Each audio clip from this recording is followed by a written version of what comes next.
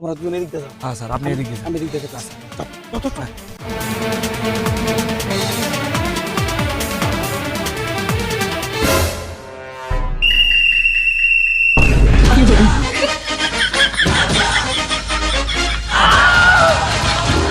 তুমি যে ওর সাথে পলাইছো তোমার বয়স কত?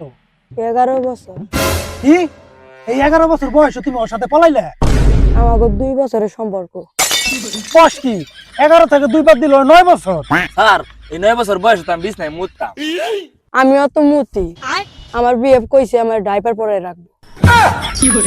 वाह क्या मुस्कुराहट है। ওই শালা তুই তো বুইরা বাম এই মেয়ের নিয়ে যে পলাইলি তো শরম লজ্জা নাই? শরম লজ্জা কেমনে থাকবো? আমি তো 4 বছর থেকে টিকটক বানাই আর সবাই জানে টিকটকার শরম লজ্জা নাই। আলার পু এই কীর্তি মাইয়াটারে নিয়ে বুলাই বালাই যে পলাইলি তোর কি মানবতে আঘাত করলো না? আমার কি দোষ? এই শরীর তো বেশি কুরকুরি। এখন তোকে দুইটারে বিয়ে দিয়ে দিই। আমি এখনই বিয়ে করব না, আমি এখন অনেক ছোট। তাহলে পলাইলি কেন? পলাইছি কই, ভাবলাম বিয়ে বেশাতে একটু এনজয় করে আসি। বাহ এনজয় করে তখন পেট বাজবো তখন। পেট বাজবে কেন, প্রোটেকশন কি করতে আছে। এই বয়সে এত জ্ঞান? এই বয়সে আমার নুনু প্যান্টের চেনে আটকে পড়তো।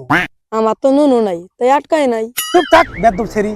আর ওই শালা এই মাইয়ার যে নিয়ে পলাইলি কিছু করার সময় যদি মরতো? ভালোবাসায় আমি মরতেও রাজি। চুপ বেদব ছেড়ি। স্যার ওকে দুইটারে এখন বিয়ে করাই দেন।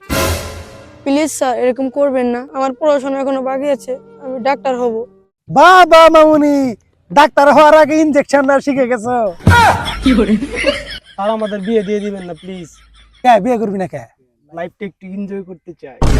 আকাম কুকাম করে যখন পেটে বাচ্চা হইব তখন মেয়ে তোর কইব যে বিয়ে করতে, তখন বলবি যে না এই বাচ্চা তো আমার না, হ্যান ত্যান, তখন মেয়েটার জীবন নষ্ট। বিবাহ বহির্ভূত সম্পর্ক কখনো আমাদের ইসলাম, আমাদের সমাজ, আমাদের রাষ্ট্র কখনো স্বীকৃতি দেয় নাই আর কখনো দিবেও না। তোকে দুইটার এখন বিয়ে দিয়ে দিমু, সম্পর্ক হবে হালাল।